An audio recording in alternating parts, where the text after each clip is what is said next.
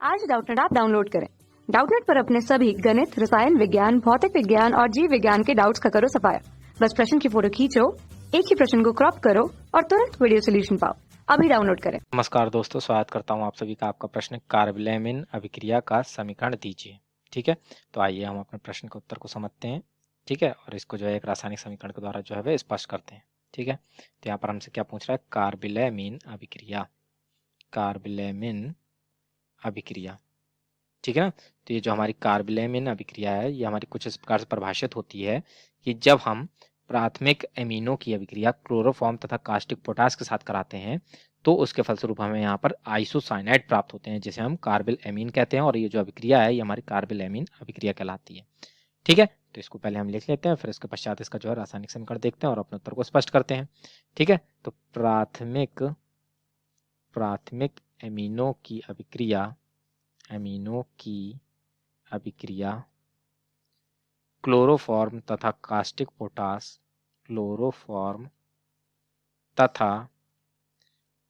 Potash यानी KOH के साथ कराने पर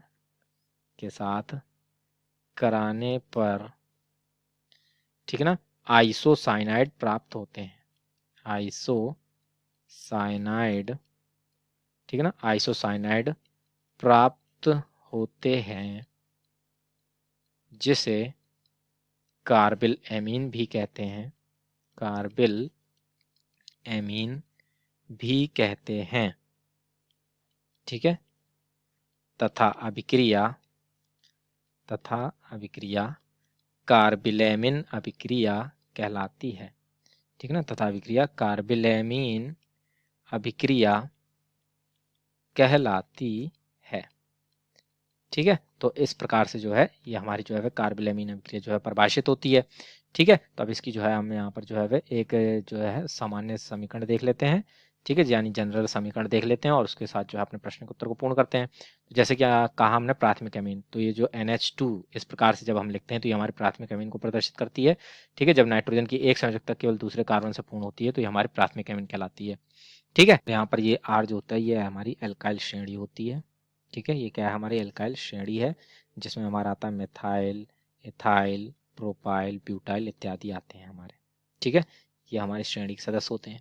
ठीक, तो इनकी अभिक्रिया जो हमने क्लोरोफॉर्म यानी CHCl3 से करवाई। ठीक है, ये हमारा क्या है, क्लोरोफॉर्म।